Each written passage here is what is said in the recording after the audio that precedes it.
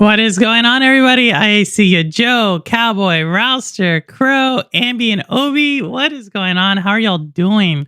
All right, today, kind of testing something out again. Like I said, I'm coming out with this video. I think it'll probably release on Sunday or Monday, where I'm gonna dive a little deeper into Xbox.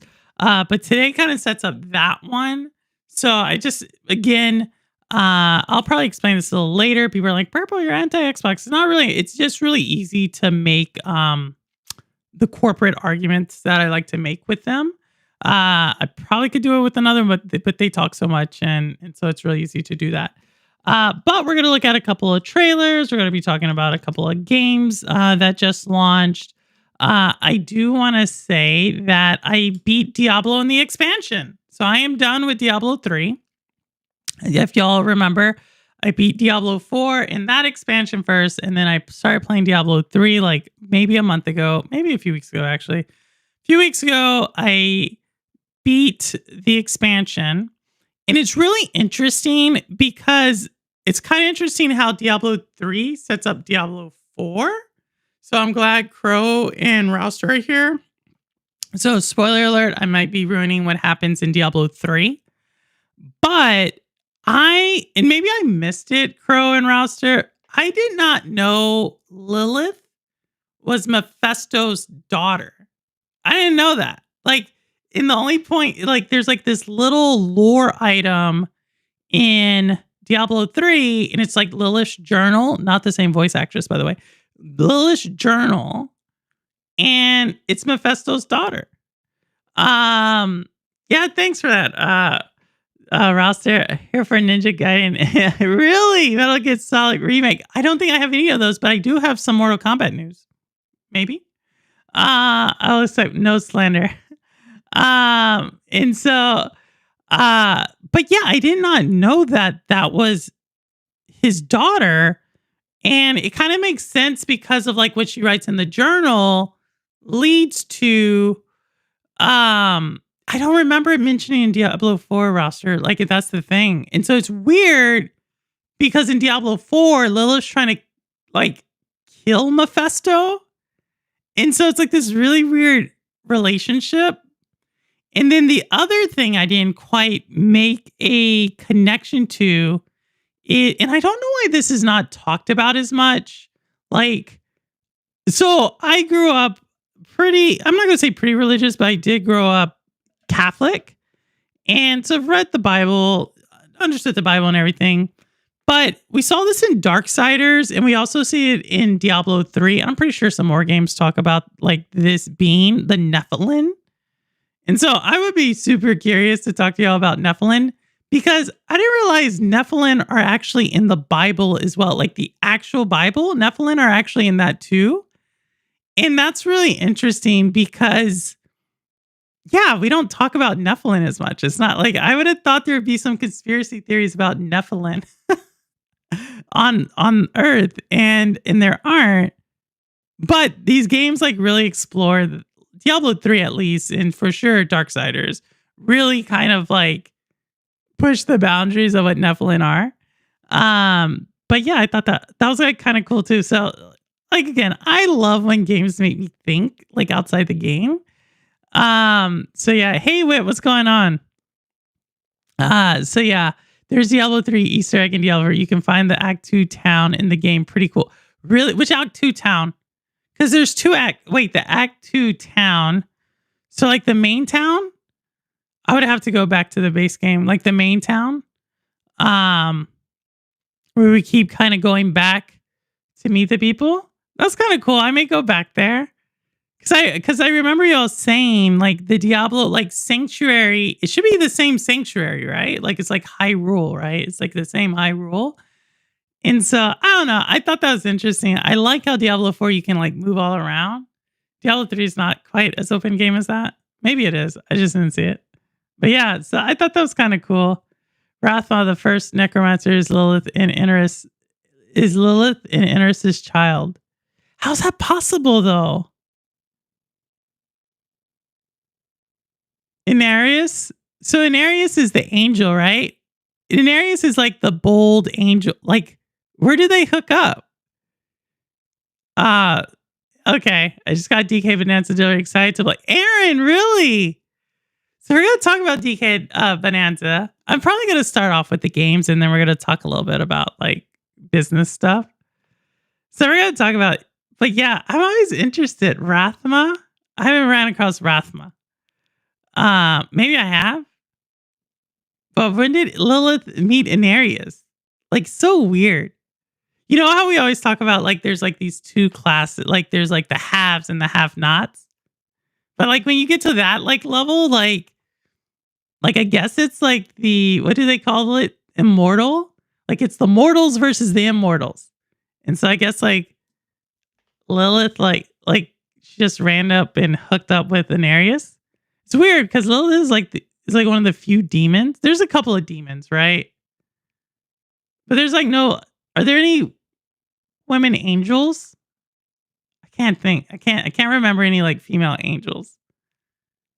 Man, like to be a female immortal must be kind of rough. Is the angel that Lilith fights in D4 makes for cool lore story? What? Oh, that's and they had a kid? What? They didn't mention that. What? Oh, I did not know that. That's crazy. See, I love like lore. Like I am a sucker for stories. Okay, y'all did not know. Like Lilith fights this angel called Anarius. And he's like all bold and stuff, but I kind of could see like there's some issues with him in Diablo 3. But supposedly they have a kid. And then they like when they fight, they like really fight. Like immortal fight. So that's crazy. That's super crazy. Okay, we're gonna have to talk about that. I don't want to spoil the story. If I think Wit is playing the game, but yeah, that's crazy. Okay.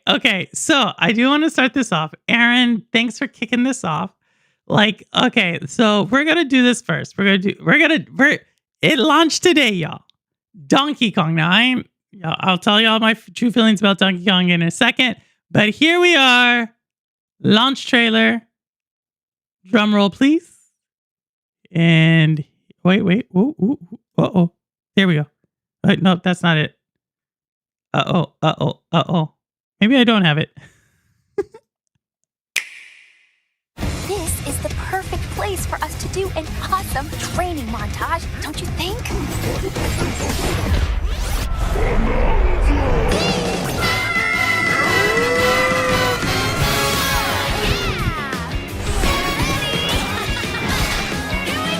We'll practice all sorts of awesome moves, one after the other, getting stronger, getting faster.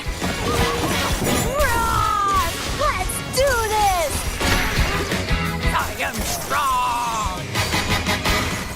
You and me, we're the best!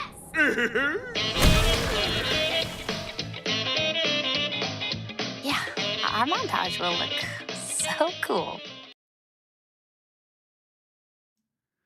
All right, so that was Donkey Kong. It launched very cinematographic. Like I think it's going to be one of the strongest stories Nintendo's ever sold. I think it's going to be one of the most solid stories Nintendo's ever told in a video game. Like I have not played it. I probably will not. I'm not gonna let Aaron has it. So Aaron's super excited about it.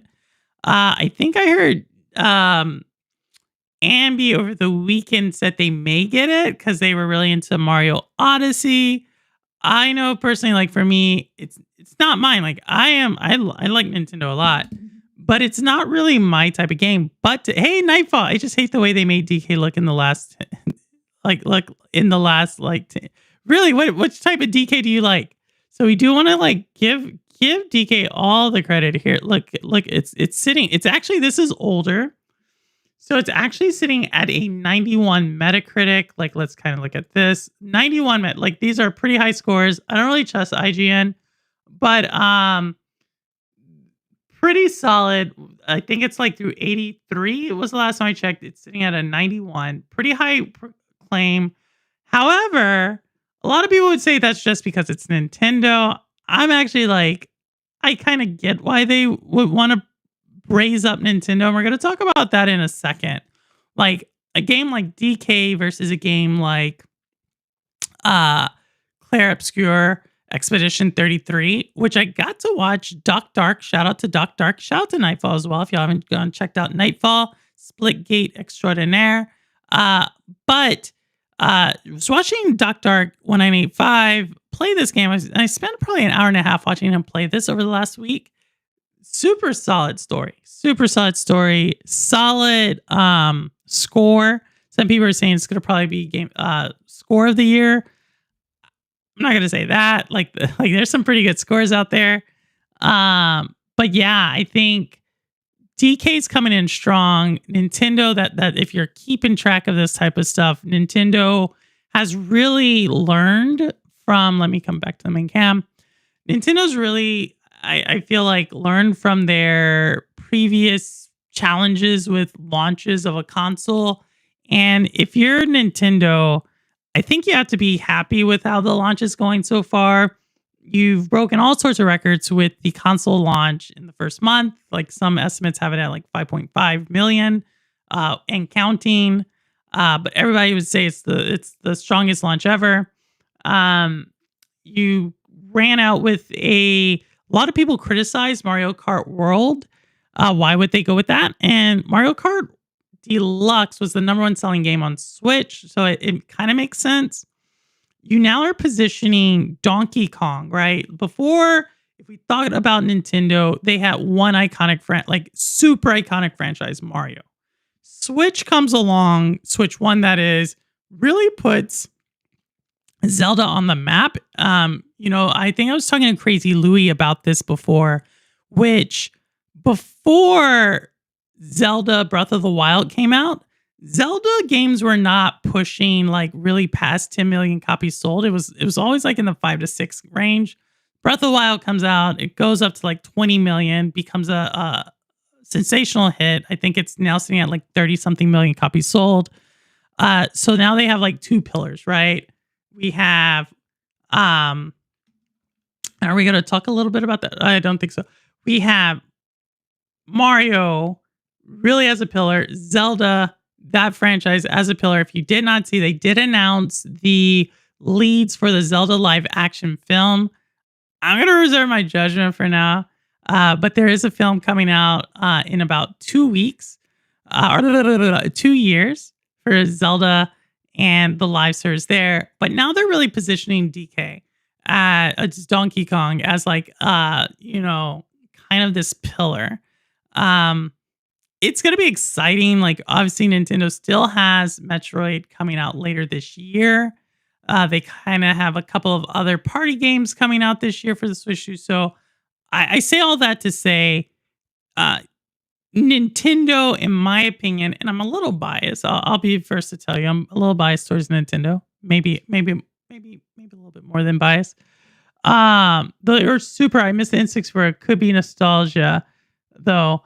Well, no, I think that we're going to talk about that. Lotus, what's going on? Thank you, Lotus. Thank you for that. Wait to do the same for Metroid. I mean, let's look at those scores again. Like, that's pretty high. Like I said, this is outdated from earlier today. It was 90 yesterday. It's now sitting at 91.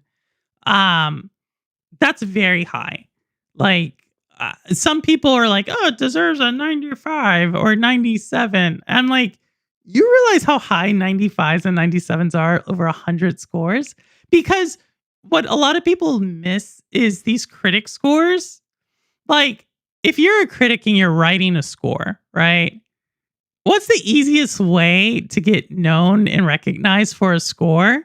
Do you do what everybody else does? Or do you like give it a 5, right? You give it a 5.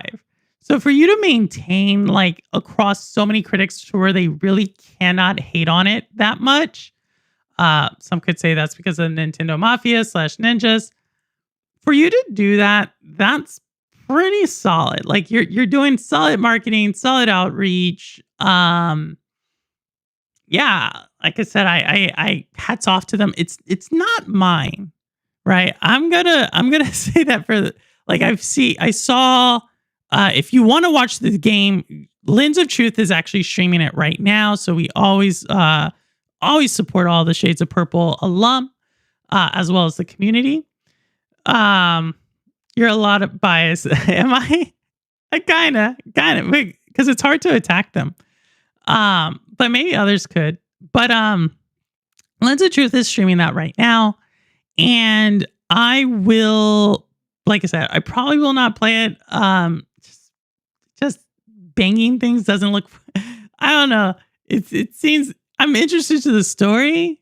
But again, I'm like, it's Donkey Kong. I didn't really care for his story to begin with. But I'm happy it's doing this. You know what I mean? I am happy that it's doing this because if y'all remember, I said 2 companies need to do really well this year. Nintendo, and I think Nintendo's holding up their end of the bargain, maybe even surpassing expectations, and Take-Two Interactive. And as we've seen, they didn't cancel anything. They just delayed Grand Theft Auto 6 into next year. But we are getting Mafia Old Country later next month. So that is huge. Like, I think that one is like a sleeper, like low-key's like sliding under the radar right now. Mafia's iconic franchise, and it's coming from Take-Two.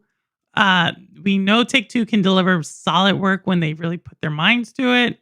Or I guess it's 2K more or less. And so that's going to be an interesting dynamic. Like, I think the game it's going to play a little bit different. It's like the first Mafia in a little bit. And to go back, right? Like each of the Mafias, Mafia 1's like 1920s, 1930s, Mafia 2's like a little 60s, and 3 is New Orleans, right? Did I do that right? I think I did that right. And then you're now going back. So I think that's going to be kind of, in my opinion, that's going to be kind of cool. So we'll see. Hey, thanks, Roster, for that. I have a Chromebook and a TV, so I'm watching both. Nice. Thanks, Roster. Yeah, I know he's streaming it. Lens is amazing. He's probably, Lens and Cherry Man, both big time Nintendo streamers that we come across. Yeah, so that's Donkey Kong. More than willing to talk about it. Obviously, like I said, I didn't pick it up. I am a big fan of Mario Kart World. Probably not going to pick this one up, but we'll see. We'll see if people are like, oh, you have to. It's like the story's amazing. Maybe I'll pick it up. But for right now, since I finished Diablo 3, I am Rudigs. If you're out there, so if y'all see Rudigs, let them know. I am now officially starting Tears of the Kingdom, and so I hope to have that done by the end of the month because I don't think I have that much to go. But who am I kidding? That game could take me a second. All right, so the next thing, and I do want to showcase this. So here we go. There we are, Mortal Kombat. And I do want to showcase, if you're not, let's actually pull this up.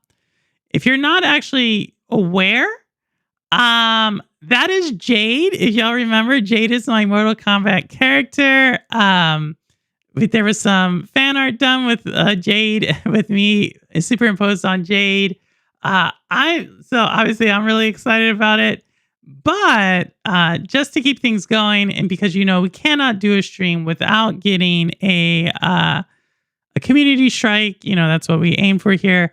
We are going to show the trailer because I want to see the trailer.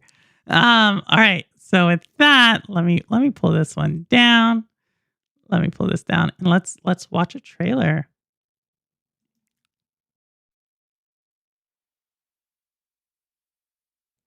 So that is Mortal Kombat. I don't know. Let me know what y'all think about it. Mortal Kombat 2, the official trailer. I hear you, Cowboy. I might get you. So we did not get the black screen, hopefully. But if we did, we found out that we just keep playing and it'll eventually come back. If I do, I will silence the video for that portion. What I usually do. But Mortal Kombat, if Jack of all trades is out there, so he has been really hyping up Mortal Kombat, just the whole franchise, for like the last few weeks with me. I'm super excited to show this. I am going to also show the Mortal Kombat collection that is coming out later this year, closer to later this year, later in the year when it comes out. But Mortal Kombat's really making a push. If they really give me a trouble, like I am a Warner Brothers Discovery stockholder, so maybe I can flex like that. But No, I'm excited because obviously Mortal Kombat is owned by Warner Brothers Discovery. Warner Brothers Discovery is going through a lot of restructuring and stuff. So I'm happy that they are recognizing that this is one of their IPs that they can expand upon. And yeah, I'm really excited about it. I have not caught up with the new ones, but I think it would be an interesting place for them to push off on. Sub Zero is Jack is here. No Sub Zero.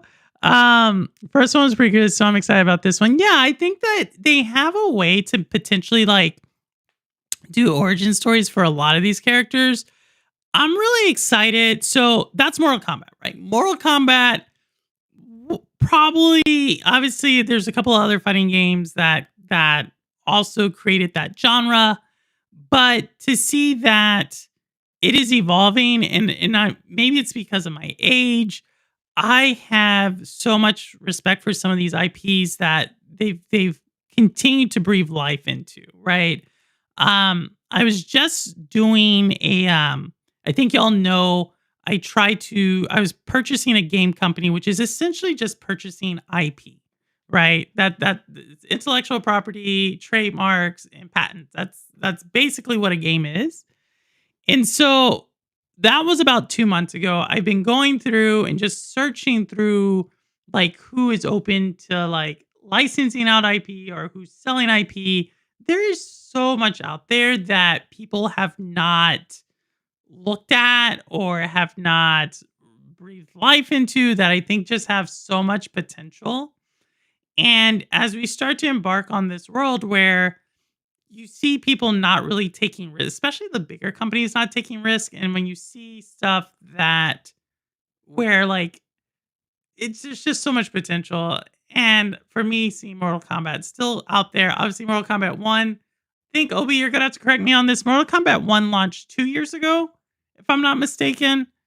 Um, and then they just did like the entire like all the DLCs and the expansions and everything.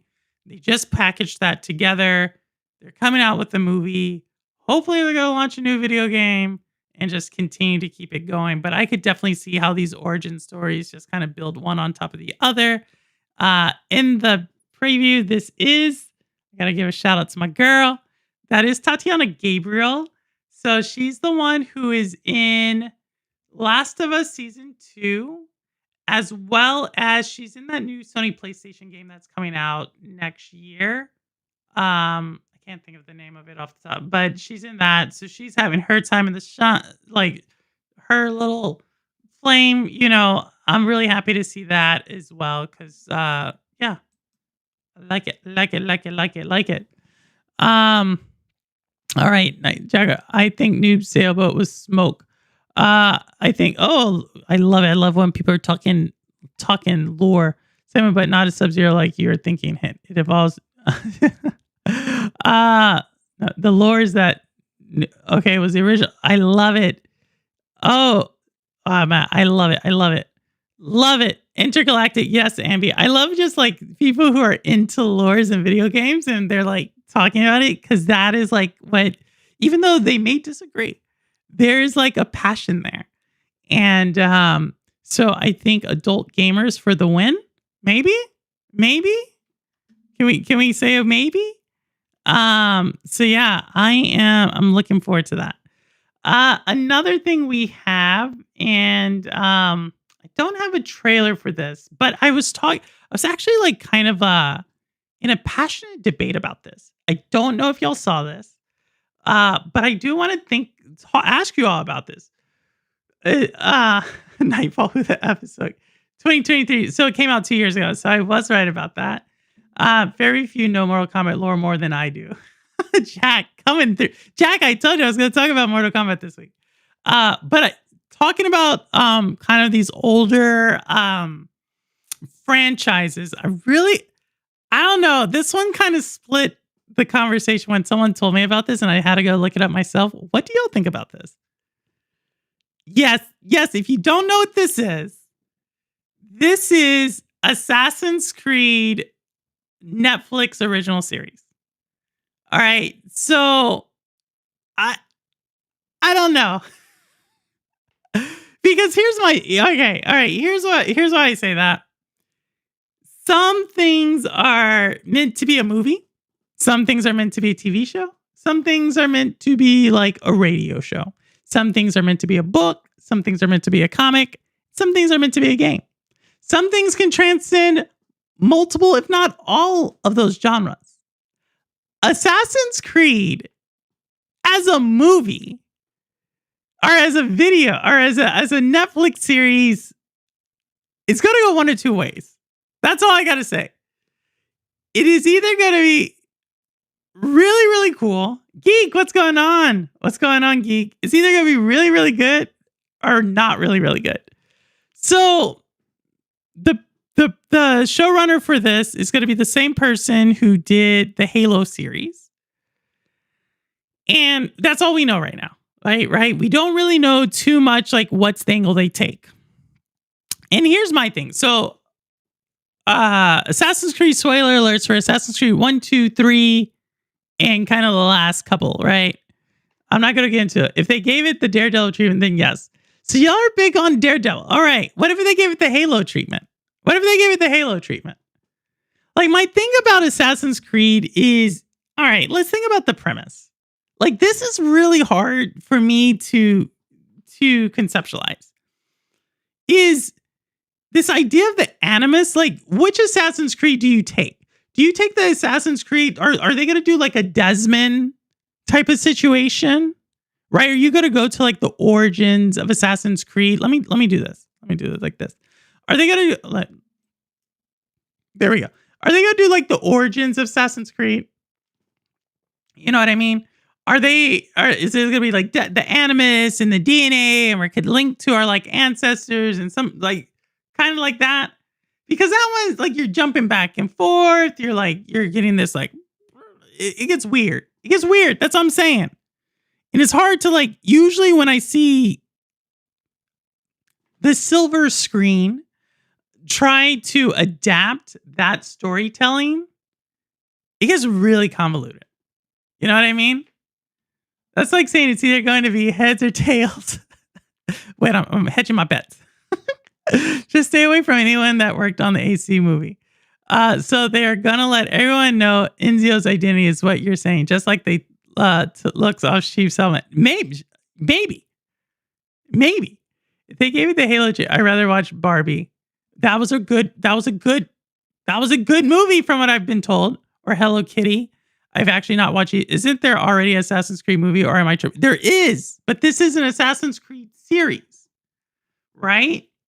And so, what story do they tell?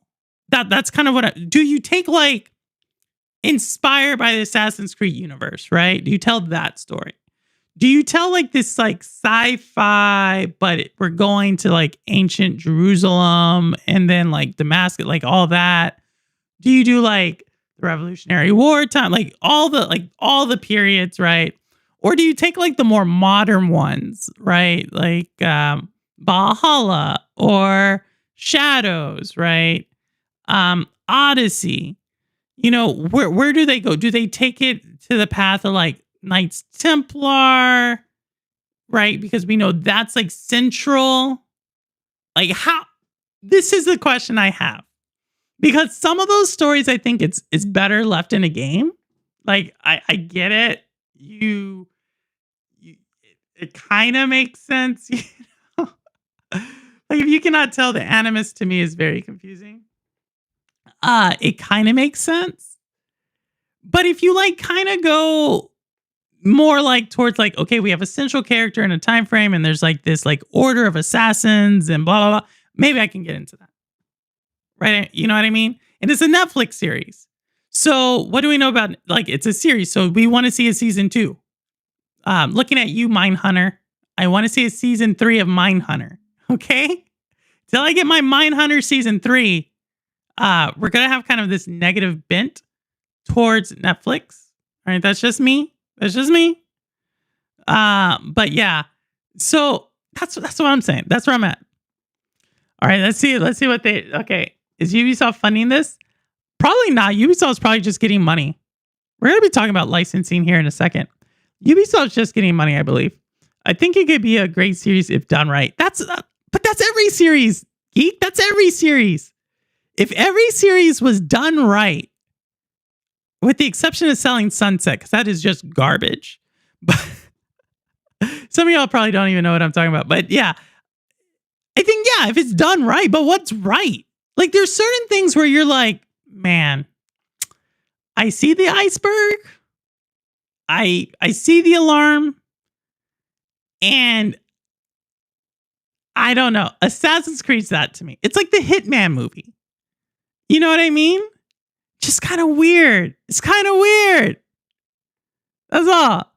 So you would say start with Altair in season, then Inzio. So you would do the Animus. You would do, let's go with Desmond in present day, puts on this little thing, goes back in time, and starts like, I feel like once you get to that, it's just too much.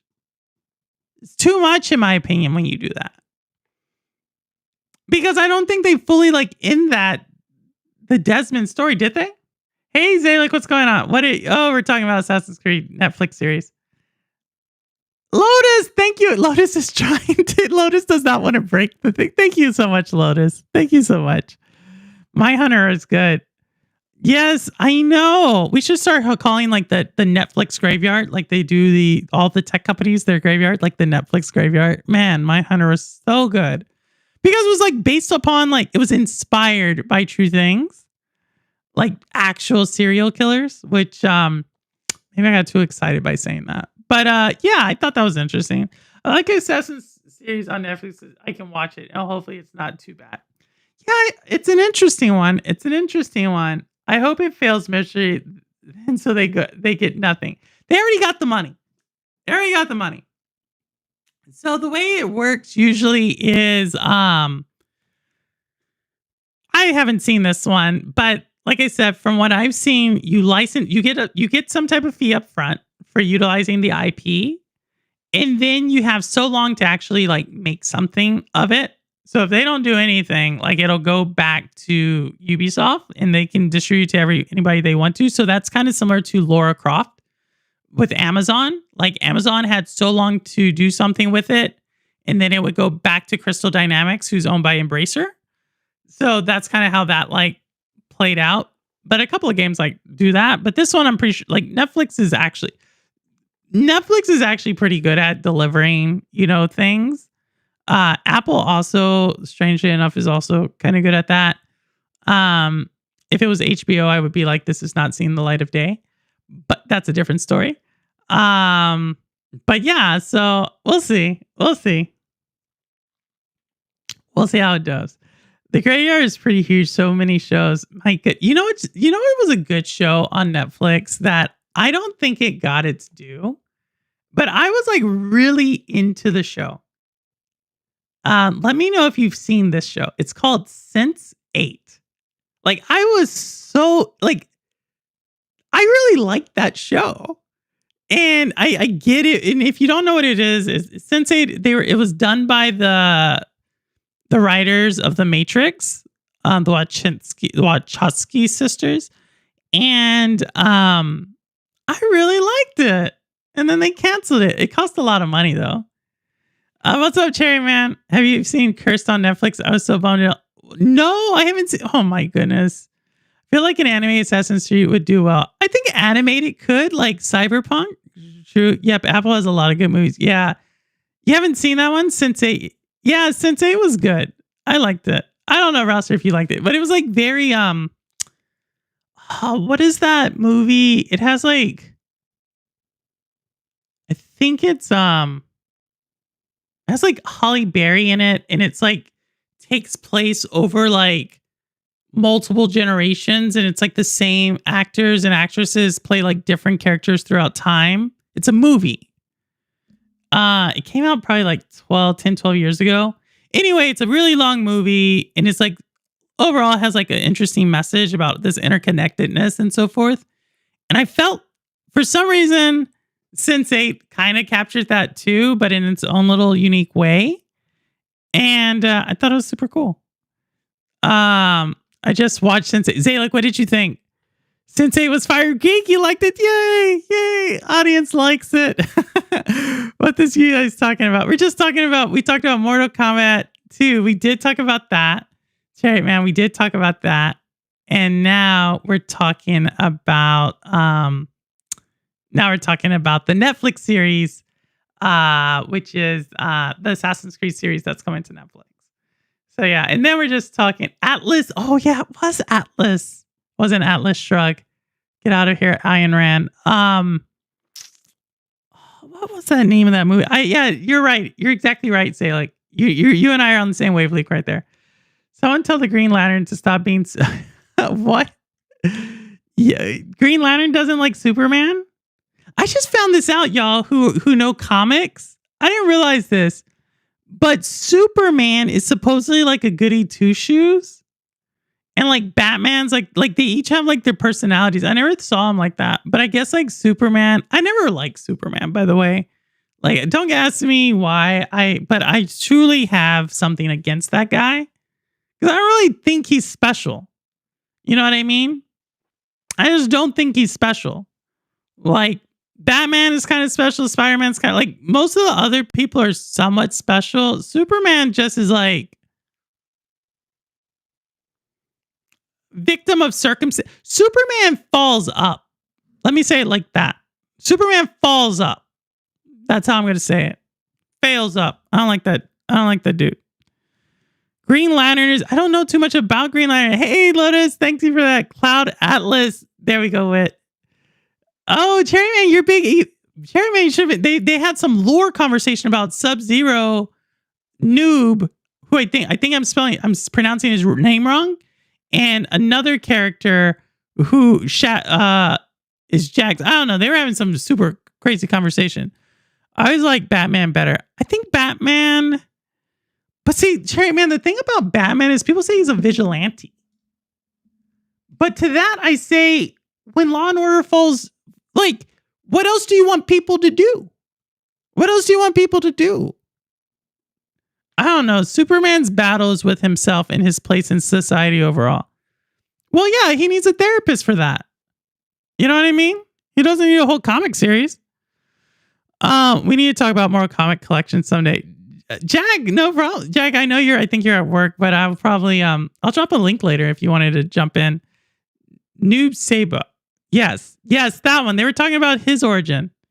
And is he Sub-Zero? I don't know. I couldn't. They went pretty deep in Mortal Kombat lore earlier. So yeah. No problem. Yeah, Cloud Atlas also directed. Really? So that's probably why they kind of had that similar vibe to it. I like it. And then they came out with like a Sense8 like holiday special. I was like, seriously? Nah. Like, I don't know. So that is like that's my Netflix thing. Like, I think when Netflix does well, they work. So I have more faith in Netflix than whoever did Halo. Was it Peacock? Who did Halo? NBC Universal. I think it was NBC Universal. I have more confidence in Netflix than Amazon, but Amazon did deliver on, was it Fallout? Like that was pretty good. HBO can do well, but I feel like HBO does like this and then this, like this and then this. You know what I mean? Like there was like a solid 15 years there where HBO was just knocking it out the park. You know what I mean? And then they like they got into Game of Thrones, did really well there. And then like Game of Thrones got weird. They did a lot of weird like series, like back to back. It took a couple of years. And then I feel like they came back with Last of Us. You know what I mean? But there was a solid like 8 years there where I feel like Warner Brothers, you know, HBO, because, you know, HBO is owned by Warner Brothers. They just did not do well.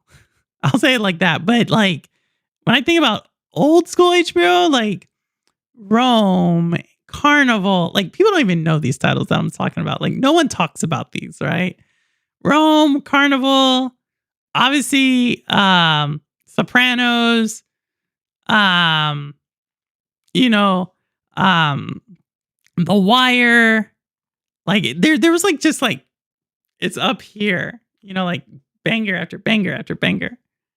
But yeah, Brightburn. Oh, I got to see that one. Sense8 movie ending was good. At least it's not got any even slightly rushed the story. See, I wish I just had slow burn. Paramount plus West Halo, I think. Paramount. Okay. That does sound right. That does sound right. Who owns Paramount? Is Paramount the one Amazon bought? Amazon spent big bucks for one of them. I don't think it was Paramount. I mean, Amazon's hit or miss. You know what I mean? Like they have like that one with the horror. It's like a horror one where they're in a town and it's like sundown goes and like the monsters come. That's these. That's these. But there's some others that I'm like, Amazon, like what is it? Circle in Time? Or is that the name of the show? I think it's A Circle in Time. Lord of the Rings, if y'all are going to come and argue with me that Lord of the Rings is good on Amazon, no. Don't come this way. You don't want this. I had no idea to go into that film. What film? What does Lotus say? Brightburn. I haven't even seen this one. So you're telling me to see this one. I'll take Lotus. Lotus, they're telling Lotus, take this one. Should I take this? I'll watch it. I think I might have a Superman. All my like physical collection of HD, it's all right there. I might have Superman. No joke, I actually might have that. Yeah, Amazon's decent. Like I said, I feel like Amazon's above average. Netflix is probably the best right now, like just as far. So that's the fact that it's Netflix puts it here. The fact that it's that's the Halo showrunner puts it here. So that's kind of how I think of it. So like hopefully he's learned his lesson. And I agree, the Amazon is terrible. Yeah, it was, wasn't it? I just thought, like, when I don't understand how the Lord of the Rings trilogy that came out like 20 years ago, how that's held up so well over time, but the Amazon series that they put so much money into didn't. Like, I just don't, and I don't know, I don't think it's a story thing. I just think it's like I don't know, it's just like an environmental thing. I can't, it's hard to explain. I'm sad about Wheel of Time. That's it. It got canceled? It had one more season. It had one more, like, what? Well, maybe it had more than one season if we think about the book series, but what? Oh, no. Okay, Paramount's different. So who did Amazon buy? Amazon bought someone. They bought one of those iconic film houses. Okay, I'm going to have to watch this. Y'all are giving me some good stuff to watch. Y'all are giving me some good stuff. Like, look at Remy. He's back there. Y'all can't tell that's Remy. He's about to... Oh, how does he know we're talking about him? He's so smart. He's so smart. They lack the right to certain parts of the Lord of the Rings IP. They couldn't touch certain things. What couldn't they touch? I heard they had sign off from the people who owned the IP to Lord of the Rings. Like, what couldn't they touch? Like, I thought all they were doing was utilizing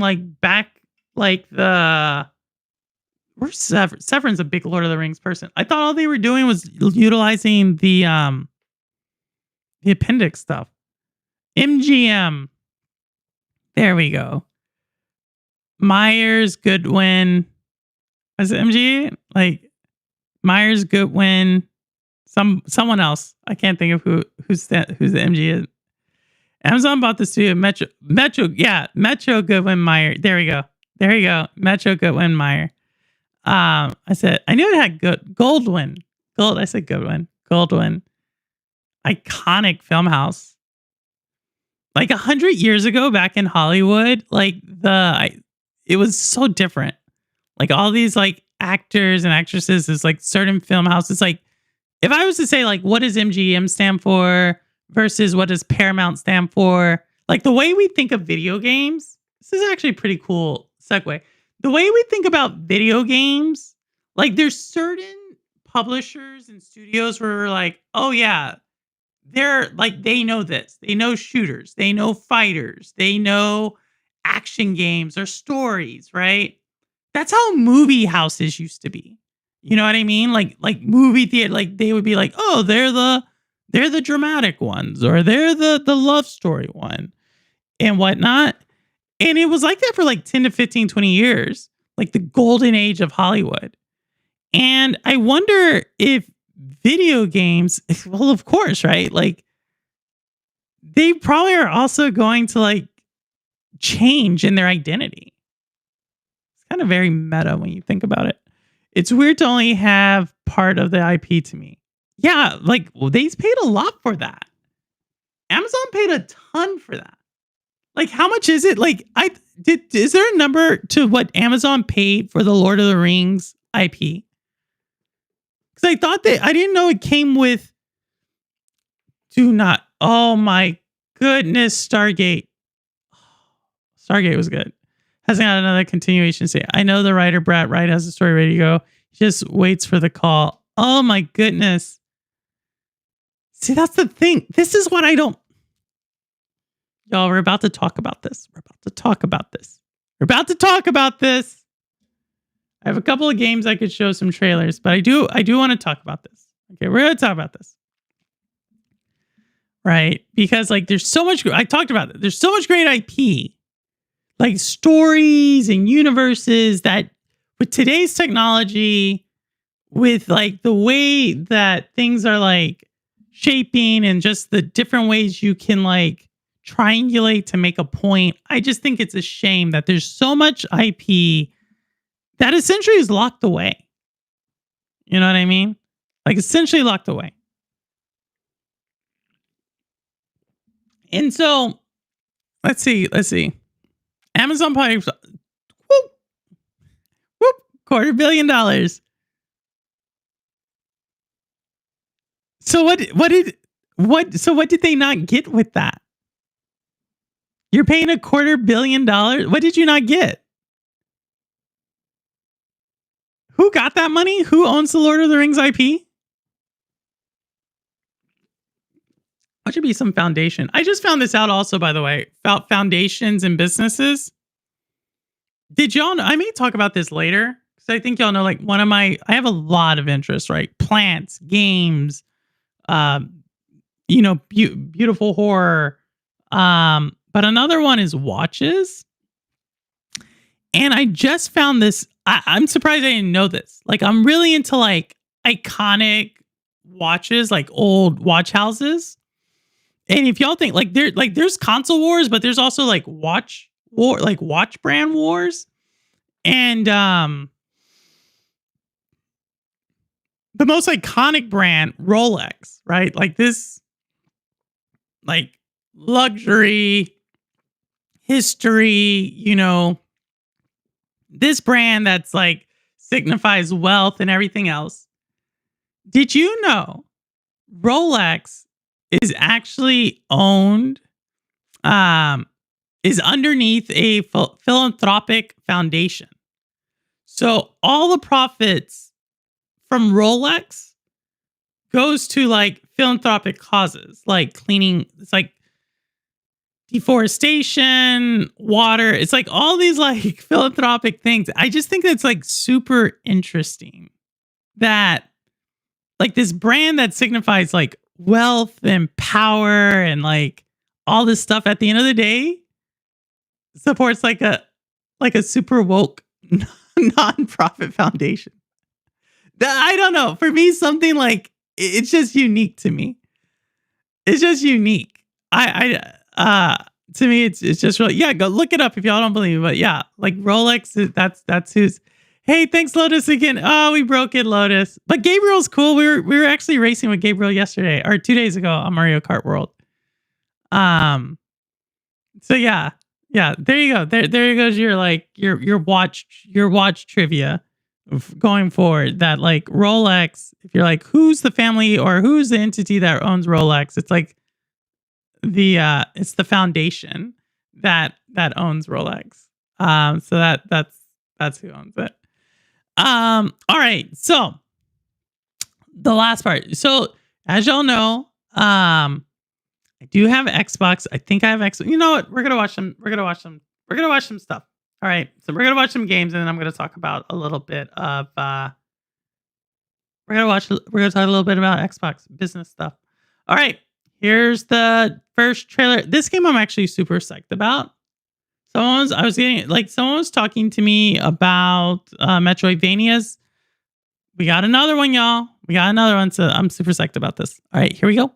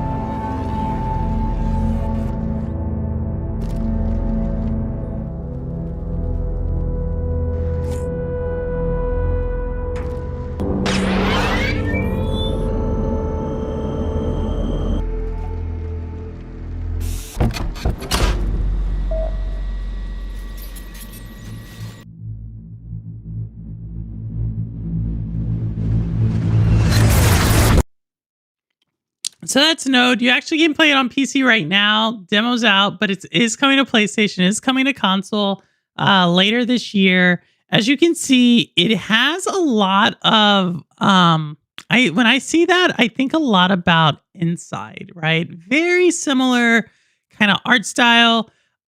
Inside's, I actually think it's pretty cool. I like the story that Inside tells.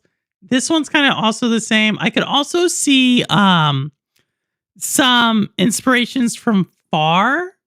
You know that there's two Far games. They're both kind of like they're more puzzly. But from what I can see from this game, I haven't played the demo, but what it looks like is you have like a map, you have this like little robot, and you have to like give it instructions. But obviously there's like some mystery that this robot is out to like try to figure out. And I think, Geek, you said it right, eerie, right? I think that is like anytime I see eerie and I see stuff like that where it's not a lot of sound, it's just you and the puzzle and the environment. I find those games to be super powerful in the story and the message they're trying to tell. Again, I am someone, I think Cowboy said this before, that like I really look into like movies and books and like what are they trying to say, like what is the themes, what are the parallels. I most recently did this with oh my goodness, what's the movie with Michael B. Jordan and he plays two twins? Either way, I just saw that and I thought there was a lot of symbolism in that, and I love looking at stuff like that. So when I see this, it kind of gives me the same feeling of like watching it and what are they trying to say? And potentially it's not, right? I'll pick up pretty quickly, like, is this just like it's a gameplay mechanic, or is it something deeper, right? And so game that most recently I played that, it was like kind of deep. Like there's a lot of stuff going, Blueprints. So if Robolica's out there, she knows all about it. Blueprints is pretty deep. So I love that. I love when it's like it's like an iceberg of a game. And so what I call iceberg games, this is my own term, but as you can tell, an iceberg game to me is something where you just see like the cover or the surface level of the game, but once you dive down, you realize there's so much story into that. And I really, really love that versus like the opposite of that, which is like, it's all this like prettiness and all this other flashy stuff. But when you dive down a little like below the surface, you just realize like, oh, there's nothing really here. So yeah, that game I think has potential to be an iceberg game for me. All right, yeah, I don't know why I'm getting Stray vibe. You got Stray from that one? Maybe I'll watch it again. Stray? Stray just launched on Switch too. Stray just launched on Switch too. Amazon have the rights to The Hobbit and the Lord of the Rings books. That's all. But they tried to make a series about the period of time before those without rights to this. Oh, so whoever owns the rights to Silmarillion, there's a different person who has the rights to the Silmarillion than who has the rights to the Lord of the Rings? That was stupid. I'm sorry. But, okay, here's the question though. Because if you doesn't like Lord of the Rings, oh man, do I have it up here? I don't. I have it in my other studio. The Lord of the Rings book actually has a lot of like appendix and lore in it. I feel like you could do a lot with that though. But here's my thing. Here's my thing with the whole Lord of the Rings Amazon series. It's not even like the story and the cohesion of the story. Like if I were to look at the Lord of the Rings on Amazon, it's like just the cinematography does not hold up. That's kind of what I mean. You know what I mean? Yeah. Sinners. Yes, Ambi, Sinners. That's the one. Yeah, so they couldn't use any of the stories from the Second Age, so they had to make it up using source material from Lord of the Rings. I feel like there's so much rich source material. But here's the thing. This is the same thing that the showrunners for what was it? Game of Thrones ran into. To your point though, Crow, you can't just you're not J.R.R. Tolkien, right? Like you're not going to be the person who creates this universe. So, there is that. You know who they should make series off of? Like these two people were like really good friends, even though their writings would suggest they were like on opposite ends of the spectrum.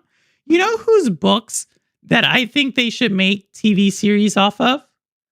And some of you are going to be like, Purple, that is like a horrible idea. C.S. Lewis. Like, why haven't we had like a TV series based upon C.S. Lewis? Like any of his works. Like both him and Tolkien. Like C.S. Lewis. If y'all don't know the relationship between those two, they were like super close. And there's like actually something really humbling that C.S. Lewis says about Tolkien. I'll let you all go like look that up on your own. But I feel like there's so much like good. Like that's what I mean. There's so much good source material. So many cool things that they could write stories about. Mike went up and down. Oh, I'm trying to stay close. I'm trying to stay close. So like, yeah, I think like that's what I would love to see. It's a purple issue. It's a purple issue. It has a mic issue. My other mics don't do that. Like I could go way back. Narnia? Okay, Narnia. Okay. Okay, yes. But there's so much more to than that, Zalek. There's so much more to it than that. You can't just say that one. You know what I mean? That's like I get where you're coming from, but I think there's so many other works that they could like expand on. Considering how like iconic of a writer he was. Like he had more than that. You know what I mean? If we can do H.G. Wells, and look, I told you, I think H.G. Wells H.G. Wells is like sci-fi writing goes. You're going to find it hard for me to say there's someone who knocks it out the park as much as H.G. Wells. You know what I mean? But then you get like the step below that for like thinking like, you know, I think there's a lot there. That's all I'm saying. I think there's a lot there. I was just thinking there's a lot there. All right. All right, so now we're gonna talk. Now we're gonna talk about. Oh, we have one more. We have one more movie. One more movie. One more movie. One more movie. One more movie. If you thought that was eerie, wait till you see this one.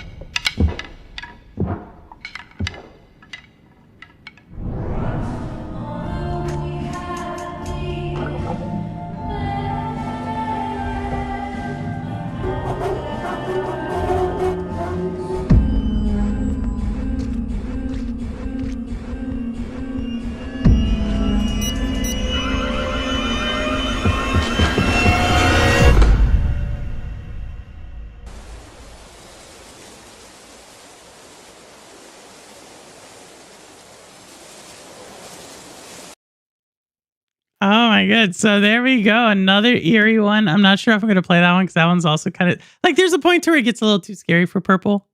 That one may have hit that level. But which one? That's the Lioness Rider, right? I haven't read those, but that's also like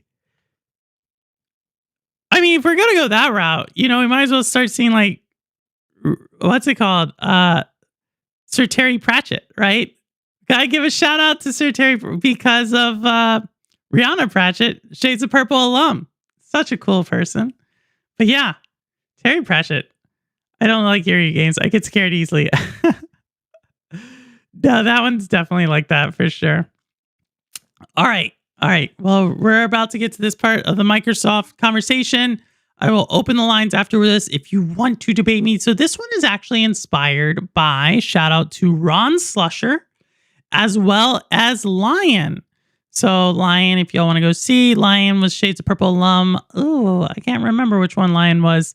I want to say he was like in the 50s, but he may have been 60s, 40s through 60s.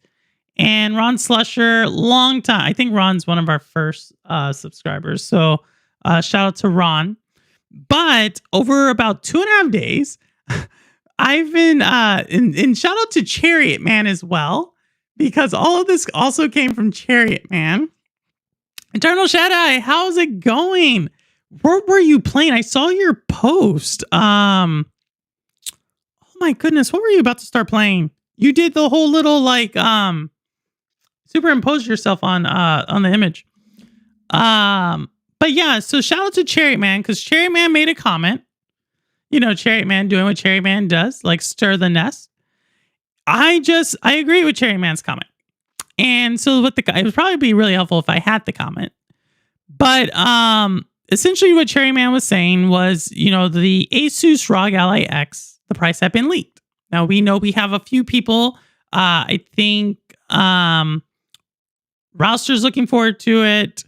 And I know Lotus for sure is looking forward to it. I think a couple of other people are looking forward to it. So no shade to like game, however you want to game, right? But very quiet. Yeah, he is. I think he's streaming right now. He was streaming earlier. It went off in the Discord. And so the conversation had to be with like the price for the ROG Ally X Xbox X leaked. I don't know. It's in euros. It's a leak. It's not official. So I don't put too much weight to it. But I do think it's probably ballpark where it is. And just finished Alan Wake. That's what it was. Alan Wake. We actually streamed Alan Wake a few years ago. So that was... So, and Chariot Man was just saying, going head to head with Switch 2, it's not gonna do well. Obviously, it's an old school like console argument, but in handhelds. And I thought you're right. It's a pass for me. Hey, Geek, I'm going to ask you this question because I feel like you and Lion are kind of similar in your gaming habits, and so what my overall response was I felt. Because I think the Xbox ROG Ally Xbox is kind of getting dragged into like the console war narrative. And I don't think it's really fair because at the end of the day, it's like an Asus product. Like I look at Asus the same way I look at Lenovo, the same way I look at HP, the same way I look at MSI, the same way I look at Logitech. It's like these are all like hard accessory manufacturers, right? Hardware / accessory manufacturers. And so like for me, when I look at that, my biggest question is the value add of the handheld. And I think I've talked about this. Like I'm like, I don't know what this one does that another one doesn't. So it kind of like spurred this whole conversation in which I was basically saying, like, I think PC handhelds are going to be eventually going like the way of like kind of like all other pieces of hardware, kind of more, it's more of a commodity. Like it's not about the power. It's like a bunch of different products, and depending on your price range, you're going to find the one that makes sense for you, but they're all going to basically do the same thing. But, you know, those two are, it just went further and further. And so somehow it got back to like Microsoft and Xbox, and how a lot of people see this as like, well, this is Microsoft competing in a different way. And for me, I actually think the exact opposite. I don't think Microsoft is really at all in this. They're just off of the licensing. Like, again, what did I mention before? At the end of the day, a gaming company is IP, trademark, and patents. That is that, like, everything else is like people, developers, which is a very important part. Very important part. But you're not really, like, unless it's like a world-renowned developer, you're not really paying for that. You know what I mean? Like, I know Sony paid for those people at Bungie, but for the most part, like, they're very expendable. And that's what we see with the ABK deal, right? We see like that Xbox felt like a lot of those developers were expendable. Xbox is making the push to break into the PC market. Yeah, but I don't even know what that means for them. I think they're already in the PC market, right? And so my argument is this. And people ask me, why am I so critical of Xbox? It's not so that I'm so critical of Xbox. It's that I like talking business. I like talking investments. And Xbox is a really great case study for so many business principles. And when I look at Xbox, and the reason I say that, and I'm making a video, y'all are going to see it later on this weekend about Xbox and Microsoft and that relationship.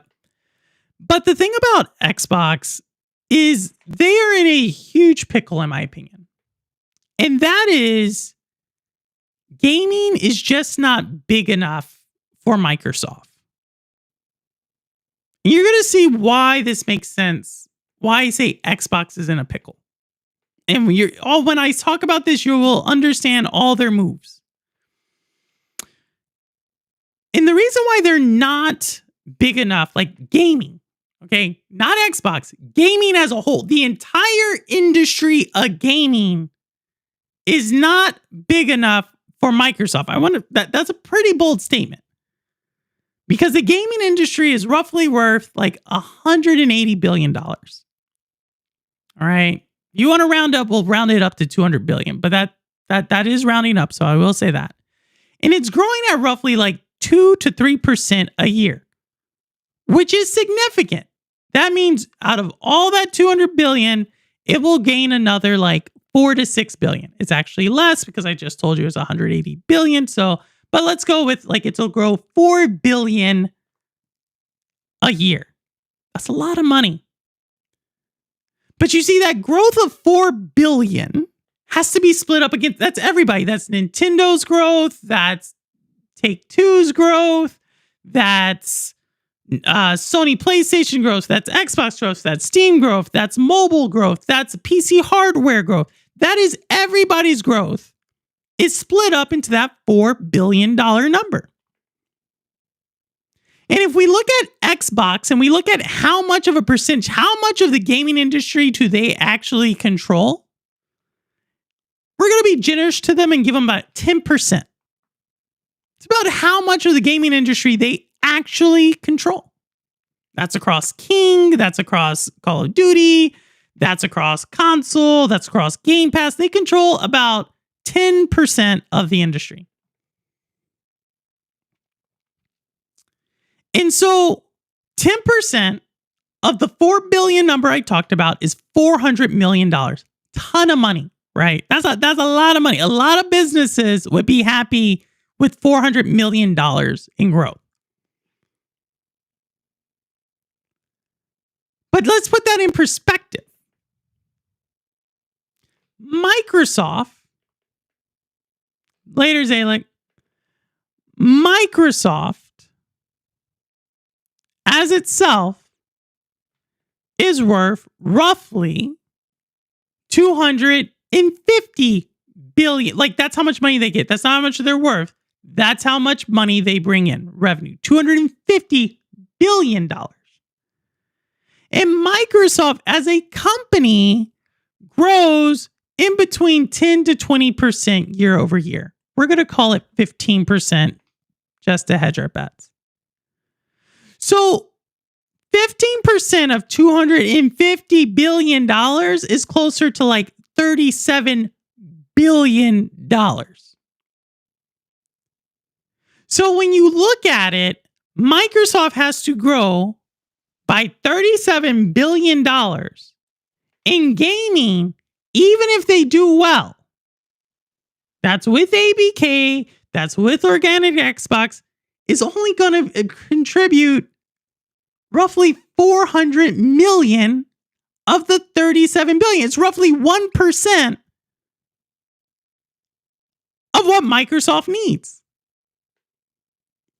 So when you put it in like that perspective, that is what gaming can contribute to what Microsoft is trying to do, it becomes very clear that the only way that gaming is going to contribute growth for Microsoft is through cost cutting. Cost cutting and low-hanging fruit. What do I mean by low-hanging fruit? Well, what is a game company at the end of the day? It's IP, it's trademark, and it's patents.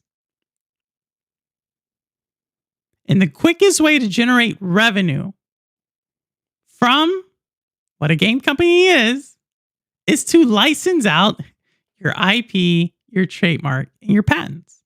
It's one of the easiest ways to do it. And so as you do that, that may work, but it comes at a cost. See, you're securing a quick win, a low-hanging fruit for the value at the end of the spectrum. And that is like Xbox in a nutshell. It's not Xbox's fault. All right. If Xbox was Nintendo, I think they would take it. You know what I mean? Nintendo's like, hey, we're okay with us growing at whatever, 10% of the 4-bit. Like if Nintendo grows profits 500, 600 million a year, that's a win for Nintendo. You know what I mean? Steam grows profits a little bit, 5, 6, 7% as a retail. They're okay with that. You know what I mean?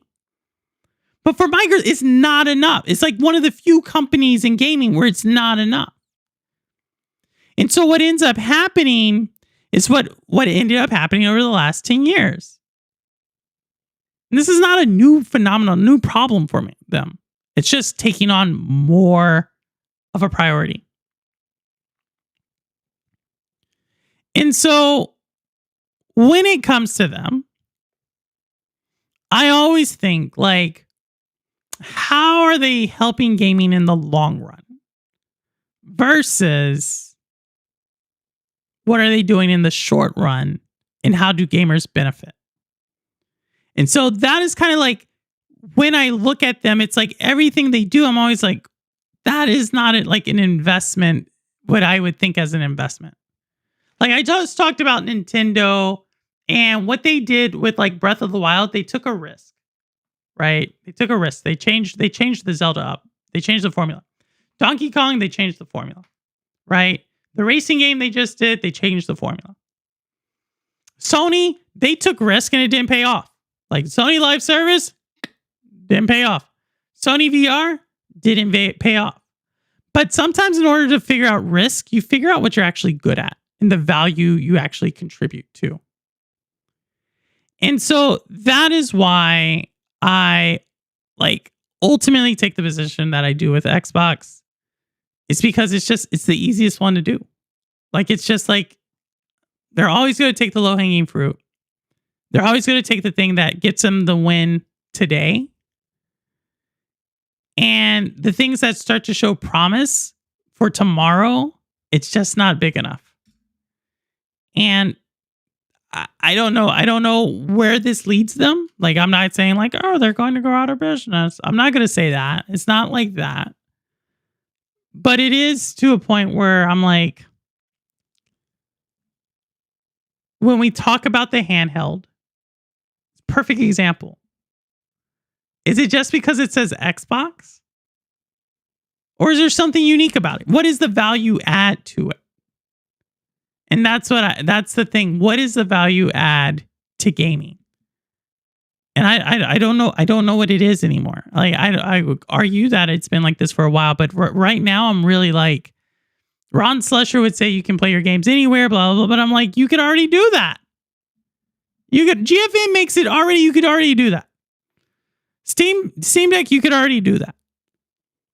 Right? Well, they're allowing Call of Duty to be, but Call of Duty was already everywhere.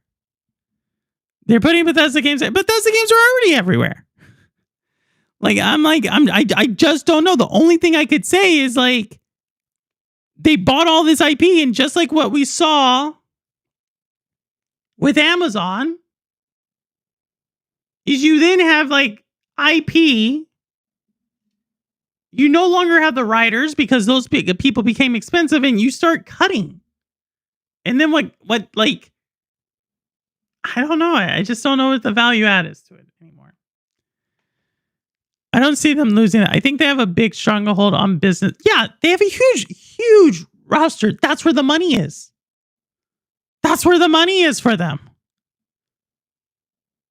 But my question will always be, from a gaming standpoint, in support of their business endeavors and ambitions, how does it impact the gaming community? Because they're so large. They have such a huge piece of it. How does it impact gaming?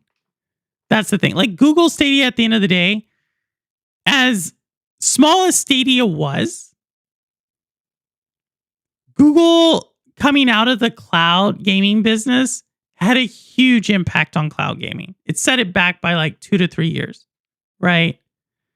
And I'm not saying the technology, I'm just saying the adoption of it.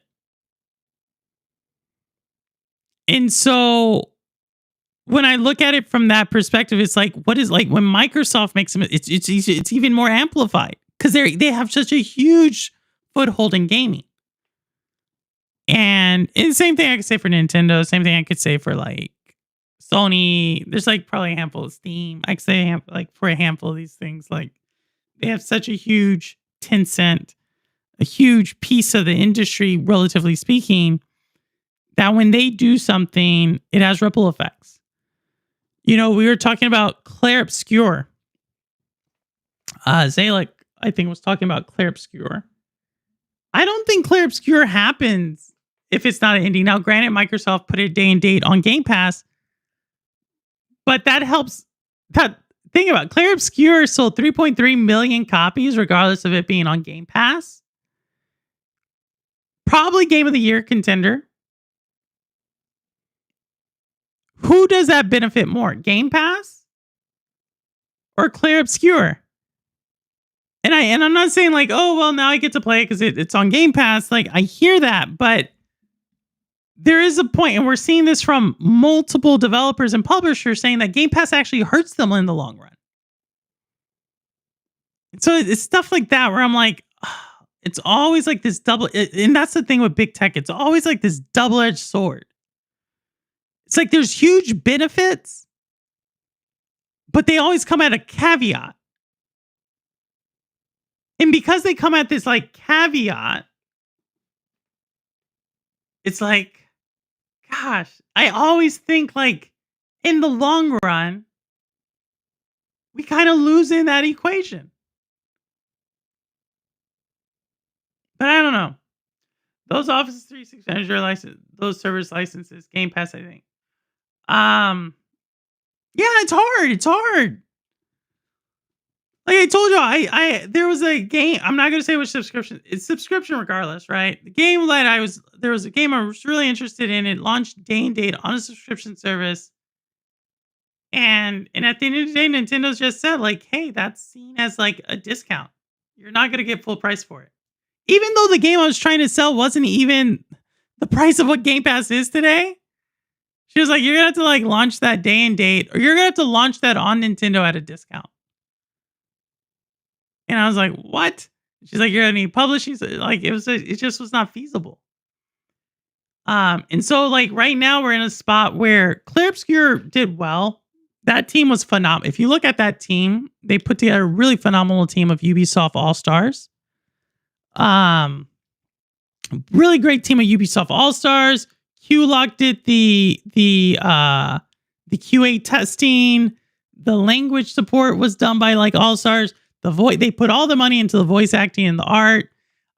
They saved money by using assets that already came with Unreal Engine 5.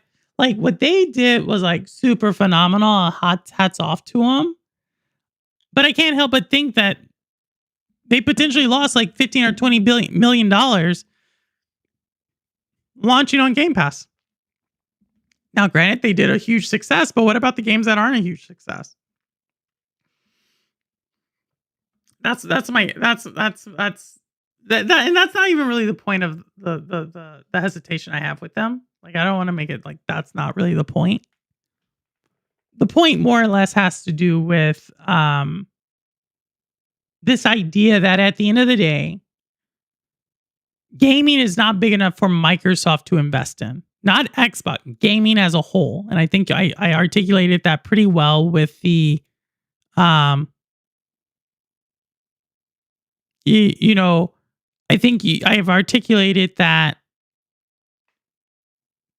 where Microsoft plays and what Microsoft considers like a successful haul is not what gaming can provide at the moment. And so that means gaming's going to probably be deprioritized, right? At least the way we would like as gamers would like. And if it's deprioritized and they have this such huge impact in gaming, what does that mean? Like, what is that balance? What harms are they willing to do in the name of supporting Microsoft? That's it. That's my thing. I will tell you the name of the game one day. Maybe if they make a sequel. I'm not gonna say if they don't make a sequel. I'm not gonna say. But if I ever see a sequel, I'll be like, "Hey guys, that's the name of the game," which may help them in other. Maybe. But what are the biggest titles now? I think that was the argument 20 years ago. I think when they were making their big consumer push, the Microsoft Store, the Windows Phone, the Zoom, Xbox, that was the big push for them. But when you now see Microsoft, like we don't think of like Call of Duty presented by Microsoft. It's like Call of Duty. We don't think Candy Crush or Xbox now featuring Candy Crush. We don't talk like you know what I mean? Those are individual entities, and those people play that regardless of them. I think at one time the thing was like, hey, let's do well with Xbox, get it in people's homes. But now what we see is like Xbox. There's actually a stat that I didn't bring up. Xbox's growth is not keeping up with the industry's growth. Absent the ABK deal, Xbox actually is either flat or declined in growth. And so that's actually kind of concerning. Because it's actually not. It's actually good in some ways because you're like, oh, indies are like are chipping away at the big guys. But again, I continue to think like when the big guys like mess up, or when the big guys potentially act irresponsibly, and I'm not saying it's irresponsible, I'm just saying at the end of the day, they are going to feed the beast, which is cloud AI in their enterprise business. So if I think of cloud AI in the enterprise business, and this is going to be more in the video I'm going to talk about, like you'll see later, early next week. If I'm thinking cloud AI in the enterprise business, then is that really about gaming? I don't know. That's kind of where I'm at. That's where I'm at. I think I lost a lot of people on this one. When I started talking numbers, the viewership dropped like crazy. I think gaming. But that's my logic. That's my logic. I'm going to put. What am I going to put? I'm going to put this link in chat. We may not go that long, but I'm like forgetting how to do this, y'all. But that's kind of like my thing. When people ask or people hint at like, hey, you're anti-Xbox, or you're talking, I'm really not. What I am is like, it's like I said, it's easy for me to talk about. Hey, Ambi, thank you. Critical hit. It might be. I think so. Well, Rouser, I think what happens is there are people who really like Xbox. And I think any type of criticism of Xbox they get annoyed with. But it's just the easiest one for me to do.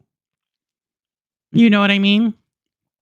I think Sony, if I could criticize Sony, I would. Like I said, Sony made some bad investments. They pivoted. They acknowledge it and they pivot it. Right? Nintendo nearly went out of business with the Nintendo Wii U launch.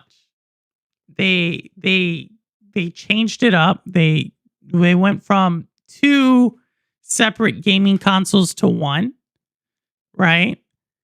And then they optimized the hell out of the things with just like the bare minimum hardware. Like Nintendo's not like some huge behemoth of a company.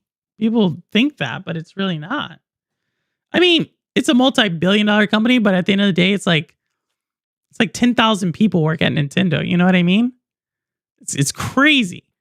Like it's actually really crazy how much like the employees at Nintendo are worth. If you think about how many employees they have and how much money they make. Hey, Simpleton, what's going on?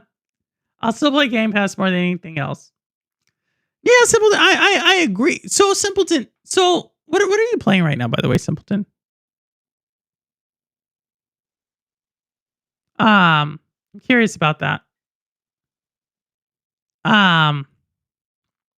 I think, like I said, I'm not anti. Like, I think Game Pass has benefits, but I'm critical of PlayStation as well.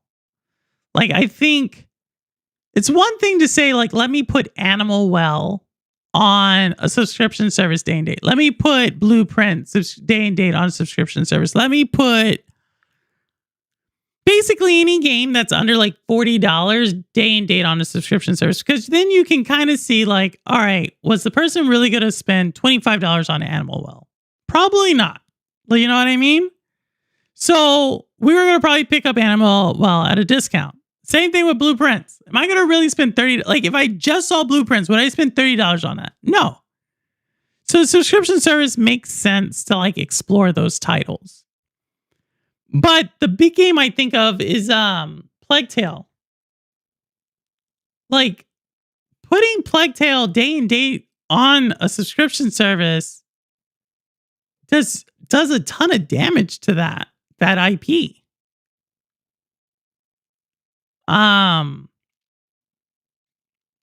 Putting South of Midnight day and date on a subscription. I don't know about that one.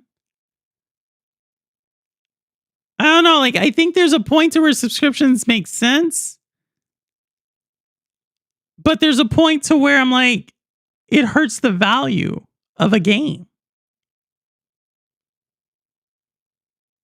And I don't know. This is a question I always ask. Like, what is anti-consumer versus what is pro-business? Like, where Is that like a zero sum game? Like you can't like where is the line there? Claire Obscure. So you're enjoying that one. Monster Train is fun. What do you think of that? I don't pick sides. I just naturally find myself playing Game Pass more. I still like take PlayStation to a cold plate. I talk. Simpleton, are you? What do you mean? Did you just say cold? Where are you going with? Because you know Coldplay is like a. Have y'all seen that meme? Have y'all seen, or not the meme? Did you see the news about the Coldplay? Was it? It was a Coldplay concert, right? About the CEO. Is that what you're saying? See, I can't tell with Simpleton. I can't tell. It's good if they need. Yeah, I agree. It's good if they. But I look at what's that game called? Ori. You know what I mean? Like, gosh, amazing game. But how much of that went to Moon Studios? I look at stuff like that. Like, if you need the money, like it's gonna work. Like Hollow Knight. Hollow Knight's gonna launch day and date on Game Pass, right? Does Hollow Knight need Game Pass? I would argue no. Like Hollow Knight's gonna probably launch at $30. If you can get it for 20, super cool. You got it for like 20. But at the end of the day, it's like, how much money is Hollow Knight giving up by putting it on Game Pass? I don't know. Oh my, I thought, see, I knew you were talking. Simpleton, I knew you were going with somewhere with that. I knew you were going somewhere with that. I knew you were going somewhere with that. So you admit, Simpleton, if you're going with this analogy, that Xbox is going to cost you a lot of money in the long run, and you're going to end up with PlayStation at the end of the day. Because that's how that's going to play out, right? I was talking to someone about this. Like, what happens? So if y'all did not know, depends on how Xbox pays them. Are we still going with the Coldplay concert? I don't know. This is okay. So if people don't know, at a Coldplay concert, a CEO was caught. Basically, what he was with the head of HR, and this isn't like any CEO. This isn't like Purple CEO. This is like multi-billion-dollar company CEO. Was caught with the head of HR at a Coldplay concert, right? On like, you know, the Jumbotron, like they're circling around and they're like, oh, look, there's like these two people, essentially like just snuggling, right? So no one would make anything out of it, right? And then they like freak out because they're on Jumbotron and they scurry off and they make a bigger scene, and then people start figuring out who they are. And so if that's you, like, you're going to probably get a divorce, right? It's going to probably cost you a ton of money. And you're going to eventually end up with the person like that you were cheating with. You know what I mean? So that's why I told Simpleton what I said. Hollow Knight Silksong has been in production so long they need cash now. Do they? So my thing was like, I mean, Silksong's gonna do amazing, right? It has such a fan base that like the hype of it's so big, but like I don't think people are gonna be like, yo, let me sign up for Game Pass to play Silksong. I think people are gonna be like, oh, I'm on PC, there goes Silksong on Steam. Oh, I'm on Nintendo, there goes Silksong. Like I think it's gonna lead. It's gonna be a top 5 seller in every single storefront. Except Xbox, right? Because it'll be because it'll be on Game Pass. And Team Cherry is like 3 or 4 people. You know what I mean? I don't know what they did. Like I swear, I think they put all their money on Bitcoin. And now they're doing pretty well. Like I'm telling you, it's like the Silksong thing. But I think we saw Holtz. What is going on, Holtz? Last time I was at a Coldplay concert, Holtz, what is going on? I was just asking about you the other day. I was like, where's Holtz? to charge. Wait, last time I was at a Coldplay concert, they used my Connect. Oh my goodness. To charge to show who knows what gaming and tech is taking away from us these days. Oh my goodness. Halts with the quick humor. Yeah, they were married. Yeah, they were married to other people. That's gonna be a fun HR meeting. Yeah. That's what I was saying. When Simpleton said, like, PlayStation, PlayStation's good enough for him to take to a Coldplay concert. I was like, okay, so if Xbox is your main, then Xbox about to cost you a lot of money in the long run. I think it's a perfect analogy, by the way. So thank you, Simpleton, for that. But that's my thing. Like, it's not inherently that Game Pass. It's not that any one thing about Xbox is bad or not. Even though I think I'm going to have a very hyperbolic title on this video coming up. But it's that it's not really in pursuit of what gamers want, or at least that boundary between like what gamers want versus what the company want. I think it's more skewed towards what the company wants, because the company is actually Microsoft. And what Microsoft needs is way bigger than what Xbox naturally can provide based upon the size of gaming. So if you're in that situation, you know what I mean? If you can no longer pay the bills, what do you do?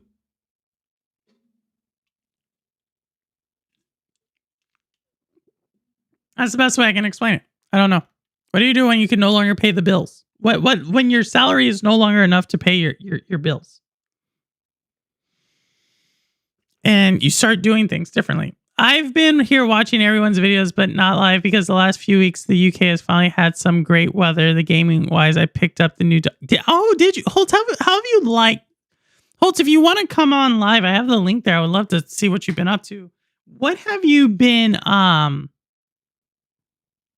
Yeah, I know you let your nephew borrow your Switch. How have you thought about the Switch? I know you were very critical of it. Specifically with the game sharing, but since you've had it, what have you thought? And it's okay if you say it sucks. Like I'm not gonna, like, it works for me. It works for my gaming needs. I'm not gonna say it needs to work for other people's gaming needs. You know, like if the Xbox ROG Ally X, Xbox and PC is like what you like to game with, then 100%. Like, do you? When I talk about business, it's more or less like just more of a fascination, like investment thesis. Like this type of stuff I think about with businesses. Like, is this a sustainable business? Is this a leadership team I can believe in? Is this a product I understand? Is this and so with Xbox, it's a very easy. It's just really easy for me to connect my passions with gaming. That's all. No problem, Roster. No problem. I think hopefully Holt is getting his computer and his mic ready. So hopefully we can hear from Holt. We have not heard from Holt in months. So we're looking forward. Hopefully he'll come on. Simpleton, if you want to come on as well, would love to pick your brain about stuff. If y'all have not seen Simpleton's Shades of Purple, he was the last person we interviewed on Shades of Purple. Thank you, Simpleton. What do you think about Clair Obscur, though, Simpleton? You're kind of one of the few people, and even though it's such a big game, you're one of the few people who mentions it right now in chat. I think Lion mentioned it when it first came out. But otherwise, most people do not mention Clair Obscur. And like I said, I think it is a solid, very solid entry. The story had me. Like, from what I could see, the story, the gameplay, I'm not a huge fan of it. Like, I'm just not a huge fan. So, just not a turn-based fan for anybody out there. Like, it's not my favorite genre. But it is like, you know, is what it is. my goodness, let me update chat. But if not, like I said, I'll probably go like 10 more minutes. If somebody wants to come on, y'all can come. Why is it like when people want to come on, like everybody wants to come on, but when like no one wants to come on, like no, it's like so hot and cold. You know what I mean? Like there's times when I have like 4 or 5 people lined up who want to come on and talk and blah blah blah, and then there's times where like no one wants to come on and talk, and it's like why couldn't it be balanced? Why can't it be balanced? But that's okay. That's okay.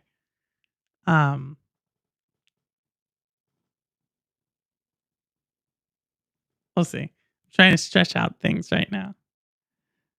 I know, Rouster. It's funny. It is funny, but yeah. Did my position on Xbox? I clarify it. Like people think I'm anti Xbox. It's like I'm not. I don't think I'm anti. Am I? Y'all can be honest. If you're like, no, Purple, you're actually pretty anti Xbox. Like I think I'm adult enough to like take that criticism and I can go back and like rethink my positions.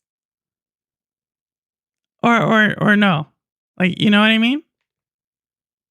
Like I'll admit that I think I'm pro Nintendo, but I that's because I like Nintendo. I'm really enjoying Claire's here. It's a turn-based RPG, which I haven't played in a while, and I'm really enjoying it still in Act 1, so early days. Okay. Yeah, I saw Doc as he was going to Act 2. He was doing some final bosses, and he was going to Act 2. I don't know if I'll play it, though. I'll be very honest. Like, I like the story. I don't know. Let me say it like this. I am not. So RPGs, I talk about Diablo, right? But I don't like Diablo because of it's like an RPG. Like Rouster and Crow will get into Diablo and they like know all these builds and they do all this damage and stuff like that. I played purely for the story. Like I'm purely like if y'all saw like the lore, like I was like, oh, that was super cool about this story. And now that Crow's like, yeah, you can go to like the town again. I'm like, oh, really? And so now I'm like, okay, that's like something. Let me go look at the town. Let me see if it looks the same. You know what I mean? But if you talk to me about like, yo, this build with this thing, like I may have a build for a season. Yeah, you do. Y'all do. But that makes an RPG. So now if it's like, I don't really care about the builds, right? The only game I really cared about builds was Outriders. I still think that's a fun. Oh, I probably went low right there, right? I still think Outriders was a phenomenal game. You know what I mean? I still love that game. And I cared about those types of builds because like it changed. I guess that's about all RPGs. It was just different. It just, to me, it made sense. Like, you know what I mean? But when you add in turn-based plus RPG, but there is like an action to parry part of it. But then they have these like super long cutscenes, which I love. But now it's like, okay, should I just watch someone else play it? And there's really great music, right? But maybe I should just watch someone else play it. Yeah, I think it's because I went back.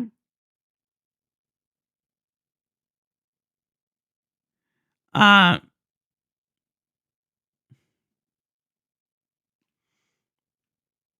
said builds too. I'm working on getting one of my characters one-shot fools early. Yeah, so that's what Doc does. He has like he calls it a glass cannon. Like I said, if you like that, but it's also like the thing that Ambi wants me to play. He wants me to play Detroit Become Human. And I'm like, I don't like making decisions in games. You know what I mean? I just like, what is the story you want to tell me? And so there's like certain things that I'm just like, okay, like, give me whatever you want to give me. And then let me run with that. But I think like, that's how I feel about RPGs. It's like, oh my God, like now I got to calculate all this. And now you want me to do another character? I do another character to do the same thing in the game. I get it. I get it. I get it. Some people are really into it.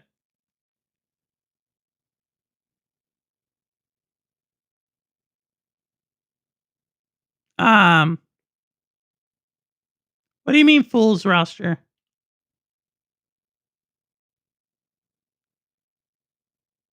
Um,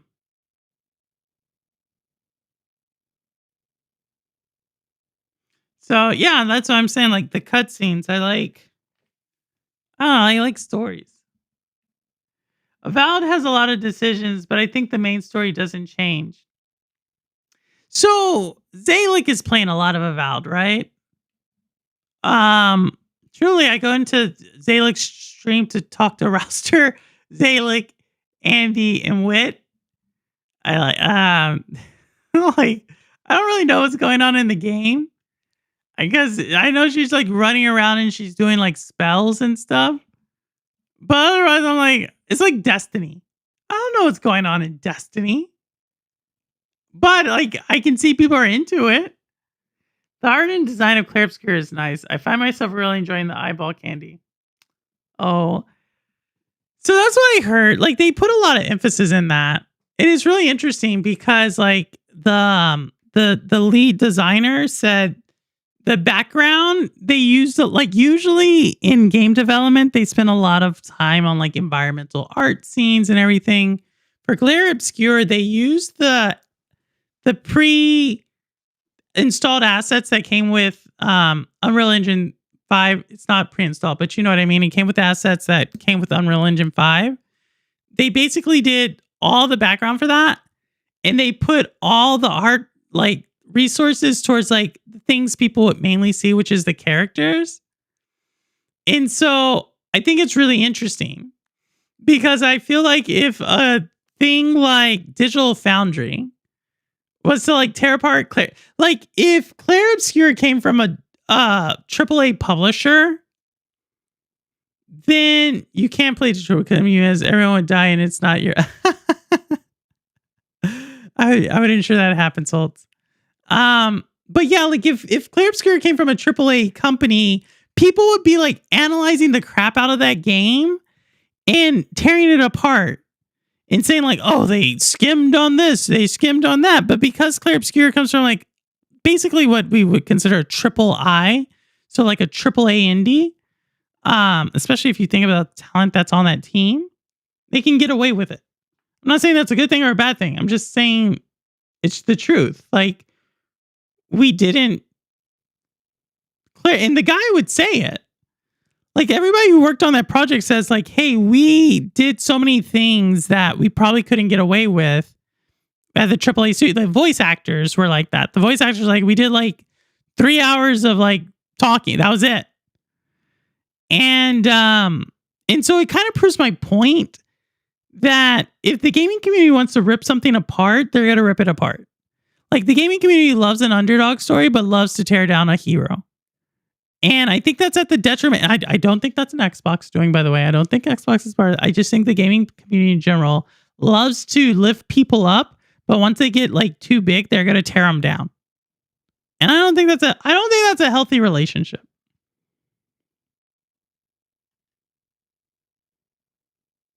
She's more melee, but some spells. Okay. Rouser, some of the enemies are crazy OP and can one-shot you if you miss a parry, so I'm going to do the same, and I pity the fools that... I heard it gets kind of hard. Johnny Roadkill beat it. It took him a long time. Johnny Roadkill was playing that game a long time, which then comes back to my thing. Why not just buy the game? Why do it on a subscription service? Purple, did you pick up the... I did not. Holtz, jump on the stream. Holtz, let's talk. Let's jump on the stream. I did not buy the new DK. As it didn't appeal to me. Like I'm not... For everybody who's like, Purple, you're a Nintendo fangirl. Like I don't like everything Nintendo does. I'm not saying like I hate it, but I know things that are like probably more for me versus things that not so much. And I think Donkey Kong, I think for what it does, it exceeds at. but it's probably not what like I need to beat Tears of the Kingdom. I need to go back and I need to replay Pikmin 4. I want to go back and I talk about it all the time. Kunitsigami Path of the Goddess. I think it's a beautiful, I don't think that is a game for anybody who says, great, like build a solid game and people will buy it. Kunitsigami Path of the Goddess. Beautiful game, great sound design, interesting gameplay mechanics, but people are like, no, I'm not gonna get it. It tells the lore, Japanese lore. I'm not gonna get it. You know what I mean? Like you're like this little warrior protecting this princess who like dances. No, I'm not gonna get it. Launch day and date on Game Pass, by the way. No, I'm not gonna get it. You know what I mean? Like I think there's a lot of examples of that. I like builds in games because it can change the gameplay drastically, which makes the game feel different, like a whole new game. I understand that. I totally get it, Rouster. I totally get it. So I can play the same story over and over. Purple, I'll happily join next Thursday to talk about Switch 2 exclusive like Donkey Kong so I can express Colin's exclusive. What do you mean it's Colin's exclusive? Something tells me, Holtz, I'm trying to understand what you're doing, what you said into your mic, because I don't quite understand what came out. And so, but yeah, no, I think Switch, interesting, Switch 2 exclusives. So you're talking about Nintendo IP? Well, they do have that From Software game coming out that's an exclusive. If you're into like Souls games. Tonight, I've been busy watching England women's soccer, aka football, winning to go to the semifinal. Oh, cool. What are they? Is this the World Cup? Is this the Women's World Cup? Is this the Women's World Cup? Hold on. Let me do this over here.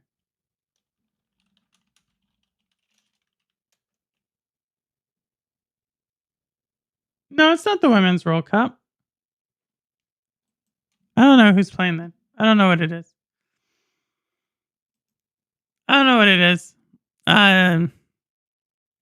But well, as long as you're doing something. Like I said, I'm gonna probably go 4 more minutes because I like to stop on the hour.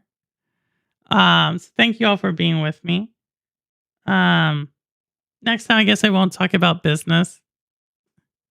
Maybe not about Xbox. Because I feel like people think I'm picking on them too much. And so maybe not for Xbox. But like I said, I just think it highlights what I like to highlight a lot easier. It just highlights stuff a lot easier for me. Okay. Some cup. It's always the same thing for me. I think after tonight, like I said, I'm starting Tears of the Kingdom back up. Like I'll be back in that world. So I'm kind of excited about like jumping back in there.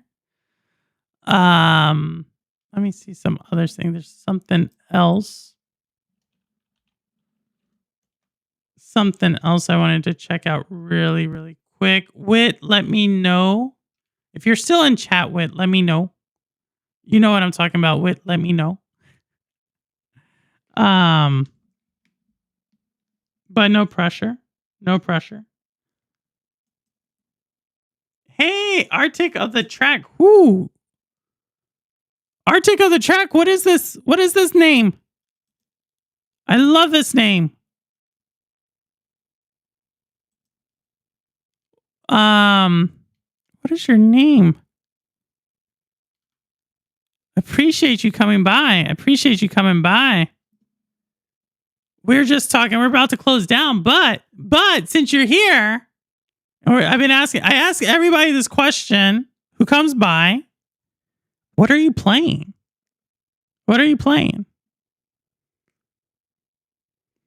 I I do like when my streams are on the 30 or 60-minute mark. I know Arctic on the track has to let me know what they're playing before we shut it down. Before we shut it down, what are they playing? Yes, sir. I don't take offense to it, but I understand what you're saying. But yes. You gotta let us know what you're playing. We're not leaving. We're not leaving.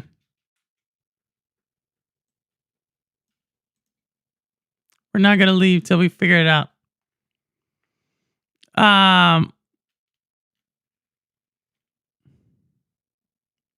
Looking at stuff. I'm looking at it.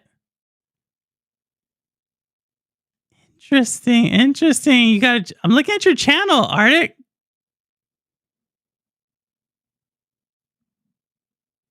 Is this yours? You're an artist? Yeah. Well, what is this stuff? What are you doing here? So I'm looking at your channel. So y'all, Arctic has a channel. We're looking at his channel. Does beats inspired by people? Tell us about yourself. Skater XL. Okay. Yeah, we do gaming. That's what the channel is about. But your channel, you're in Australia. What? You're on the way on the other side of the world. Beat maker. Okay, I'm looking at it. This is cool. Like I'll put his channel in chat. I'll put his channel in chat, y'all. If y'all want to go check out what I was looking at. Yeah. I got you. Interesting. What brings you by? To play, I played the new drum, but last week I played Dance. Someone else wasn't. Ross, aren't you playing Dance Dance Revolution? A whole bunch of people were playing this game.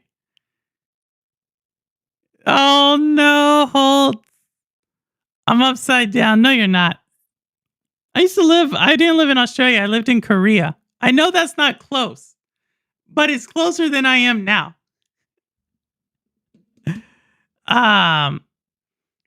But yeah, no, what brings you by? Hopefully you're doing well. Australia. Zaylik's from Australia. We got she was in earlier. Her name's Zaylik. She's from Australia. One of my really great friends, Kate and Holly. So two really good friends are from Australia. My eyes? No. Crazy. You're crazy. What, from the thumbnail? Is that what you're saying, from the thumbnail? Or like from the actual video? Like these? I don't even think I can do it. My hair is curly. Let's see, how can I do? What is the picture from the thumbnail? What am I looking at? Like, because I'm like talking, right? I think it's from a video. It's like, I don't know how I don't even know that. I gotta like redo the angle. But yeah, I gotta go check that out. It's kind of like on a side, like, cause I think I was talking to someone and someone took a picture of me. So that's why I can't do it like here. But thank you for the compliment. Like and subscribe. But no, the channel is a game. We talk gaming and business, and because that's the intersection of my passions, or two of my passions. And if you think we're talking about gaming, you're right. If you think we're talking about something else, you might also be right. Gonna start putting that on a shirt. No, I'm good. That's my blush. That's actually blush. Like it I put it on. Oh, look at Remy. He's waking up. Look at my little Rem Bim. He's out of it. He's like, oh, we're not done yet. I'm gonna have to do it. But no. I think we scared him away, y'all. I think we scared away Arctic. I understand last time I took a different angle. I knew it wasn't a right angle for the photo. Oh my goodness.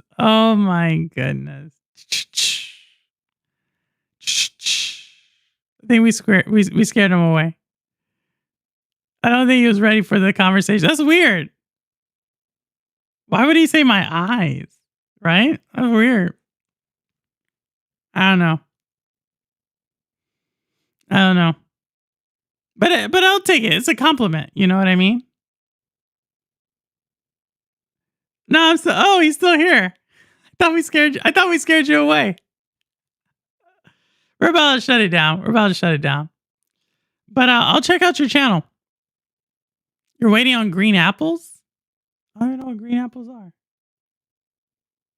Like as a delivery?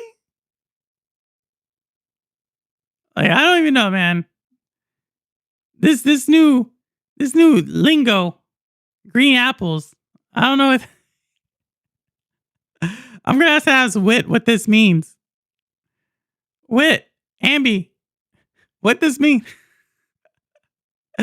What do green apples mean? And Arctic's like, no, it's like literally apples that are green. Okay, I got you. But no. Well, thank you for stopping by, Arctic. Like I said, we talk about gaming and we do some streaming over the weekend. Oh, all right. Cool. All right. I got you. All right. I got you. I gotta end it. All right. Thanks for stopping by. But with that said, I didn't know that. But I am gonna end it right now. All right. With that said, I don't care where you game, how you game, why you game, what you game on, how long you've been gaming. As long as you're gaming, you're good with me. And as always, this is Purple Haze, and the proof is in the plane. All right. Take care, y'all. And I will catch you on the next one. All right. Later. And I'll see you this weekend with Orcs Must Die, as well as Mario Kart World. All right. I'll see y'all. Have a good night. Later.